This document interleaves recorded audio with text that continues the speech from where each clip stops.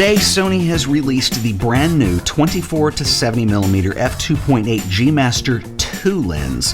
Sony was actually gracious enough to send me a preview copy. I've been using it for the last couple weeks, and I'm actually very impressed. I want to share the results with you in this video. So we're going to be looking at performance, and I also want to compare it with a few other lenses, including the original 24 to 70 G Master, as well as the Nikon Z 24mm to 70mm f2.8S, and the Canon RF LIS-USM lenses to see just how the Sony compares with the competition. Okay, so why a version 2 of the 24 to 70mm lens? Well, this year we've seen Sony do this with a lot of lenses, where we have the original version and then they do an update, and there's several reasons for that. So up to this point, Sony have 67 lenses in their E-mount lineup. 47 of those are full-frame lenses, and their technology has improved rapidly over the years. And so we have things now like using extreme aspherical elements. We also have XA motors, which have a linear capacity for autofocus, which require focus much quicker, much more silently. And so a lot of that new technology is now available. And when you consider the original 24 to 70mm G Master lens, that was actually the first G Master lens that Sony ever produced.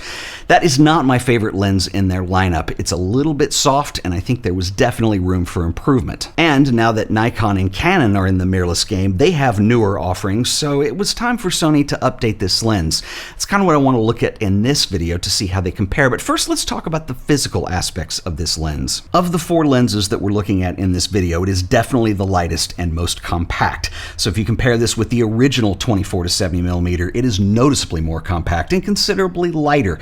It's also lighter than the competing mirrorless systems when you compare it to the Nikon and the Canon. The Canon is definitely the heaviest of the bunch. It also is the only one with image stabilization, so if that's important to you, that's the only game in town. I do want to note, though, that when you put these on the bodies, while the Sony is still the lightest, the Nikon is actually pretty close, because the Z6 and Z7 bodies are so light. The Z9 would be a different story. So if ergonomics and weight are important to you, this is definitely a contender lens. Now, despite being the lightest and most compact, ironically, it has the most glass elements. It has 20 elements in 15 groups. This includes 3 aspherical, 2 extreme aspherical, 2 ED, and 2 super ED elements. Now, while zooming is not internal, focusing is. And focus breathing, actually from my testing, has been extremely well controlled. Focus is driven by Sony's use of 4 XA linear motors, which are capable of tracking up to 30 frames per second, and they allow focus tracking during zooming. So Sony is clearly supporting both still and video creators with these lenses, so there's quite a few physical options on the lens itself. In addition to the physical focus and zoom rings, we also now have a physical aperture ring. There's an autofocus manual focus selection switch. We have 2 custom function buttons. There's a declickable aperture switch. There's an option switch for smooth or tight zoom response. I left it on smooth for mostly doing stills, but you can actually select tight if you want to do something more controlled in a video application.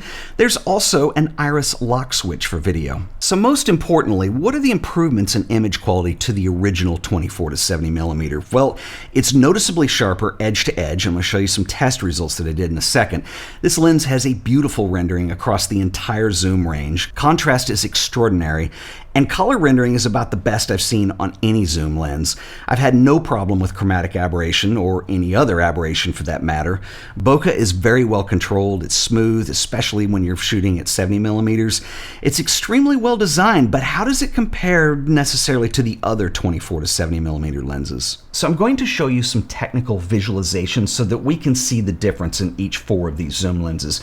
Real quick though, I do want to make a note that if you haven't been keeping up and haven't seen the video, I do have my new preset packs for Adobe Lightroom as well as Capture One out now. This is a project that I started 2 years ago, and I'm really excited about this. This was just something I was doing for myself because I wanted to be able to get the same color interpretation and rendition of contrast that I was getting on film. Of course, applying this to digital, this gives you more control over the dynamic range and all the great things that you get out of digital, and so I wanted a way to combine those two things.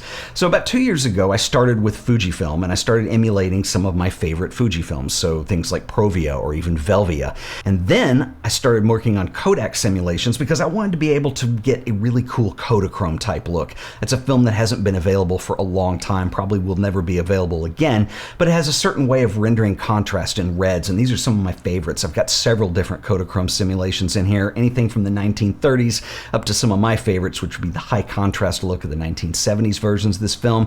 And there's other films in here as well from both Kodak and Fujifilm, and so I fondly call these Kodakified and Fujified, because you now can Kodakify or Fujify your own images. So if you want more information, if you want to use these yourself, check out the link in the description.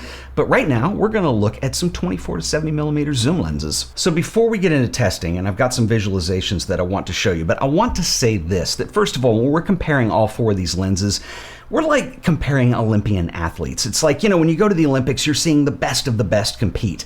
None of these lenses are bad, and so this is literally, we are getting very nitpicky in terms of the differences between these. But they are notable, and I want to make that point as we get into this. So the way that I work with these is I use what is called a field map. Now, this is a technique that I've used a lot. Essentially, what we want to do is get an image of something that is flat, that has texture, and we want to be shooting in the distance so we can see near and far. And so what we're going to do is take this into Photoshop, we're going to run it through the Find Edges filter, and that is going to give us a visualization of the field of focus that we're going to be looking at here. So if you were interested in learning how to make these, this is something that I do with all of my own lenses for testing. I have a whole dedicated video. I will link it up here. I will put it in the show description as well. And so I would highly encourage you guys to try this with your own lenses. It's also worth noting that these are all done with the lens wide open, so at its largest aperture setting. The reason for that is typically where a lens is at its most vulnerable. In other words, if you stop a lens down, it starts correcting things. You get improved contrast, improved sharpness. Obviously, your field of focus increases.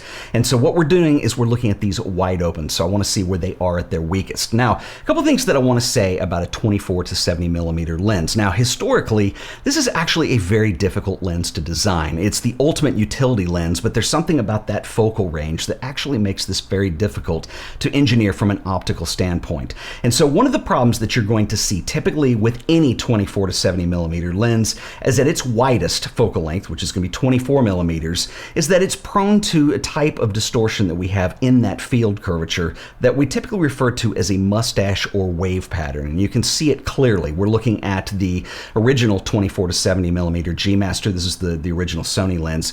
And so you're going to see that curve pattern. Now, what does this tell us? Two things. First of all, there is a curve in the field of focus. Also, you can see that it sort of falls off on the sides. It's not as sharp. That darkness decreases. So this tells us two things. One, we're going to have problems with sharpness corner to corner, especially when we get towards the edges. It's also going to tell you that if you're shooting something flat, like architecture, like a building or something like that, and you're wide open, that you're going to have things that drift in and out of focus. Now, this doesn't necessarily impact every type of image. For instance, if you're shooting portraits and you're blowing out the background generally, this is not a big deal. But from a technical standpoint, if you're shooting things that involve a great deal of detail, this is something that you want to know. Now, we've been looking at the original G Master. This is the one that Sony put out. It's the first G Master lens, and it has a lot of problems. There's a huge amount of curvature to it. As we start going through the focal range, you're going to see that even at 35 millimeters, it is still very curved. And if we go to 50 and 70, it smooths out. But let's compare this a second with the new lens. This is the 24 to 70 millimeter G Master 2, and you can see that there is a little bit of distortion in here, but this is very well controlled, and for the most part, it's going to be fairly flat if you're shooting wide open. Now, what's really impressive is where the other lens did not seem to get rid of that curvature as you zoomed out from 35 millimeter, 50 millimeter, this lens does. And by the time you get to 70 millimeter, it looks like any prime lens should. It's just got a little bit more depth of field because it's an f2.8.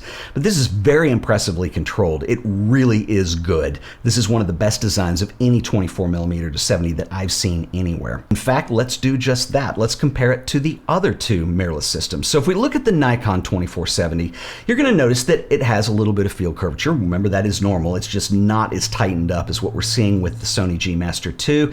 It does get better as we progress towards 70 millimeters, but it's just not quite as tight as what we're seeing out of the new Sony. In fact, I think this lens sits somewhere between the original G Master and then the new version.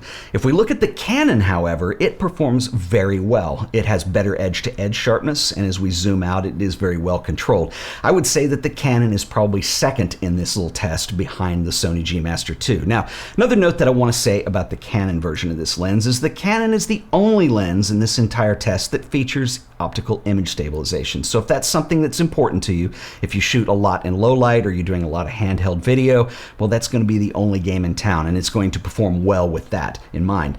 Now, it is the heaviest lens of the bunch, so if ergonomics are important, that's another pro of the Sony over the Canon. Another thing I want to say that I think is really important in the context of comparing field charts to one another is that we're just simply comparing a certain aspect of each one of these lenses. Now, if you're wondering from just an opinion standpoint, what is the best lens, this is not going to tell you. The best lens is the one that you feel is right for you. I will say what this is showing us is it's showing us, in addition to field curvature, it's showing us edge-to-edge sharpness. If that is important to you, I think you can see from the results easily what the best lens is going to be.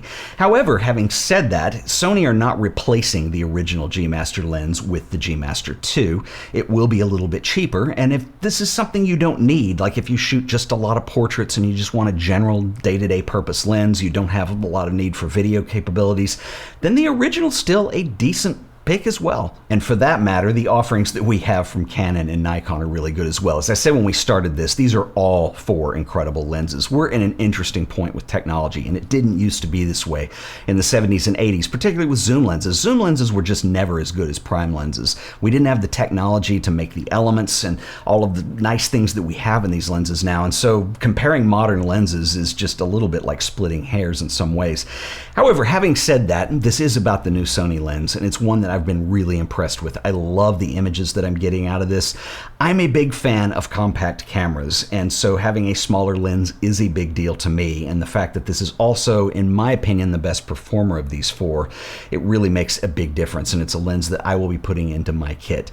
And so I would love to know what you guys think, though, so drop me a comment below, and I'll see you guys in the next video. Until then, later.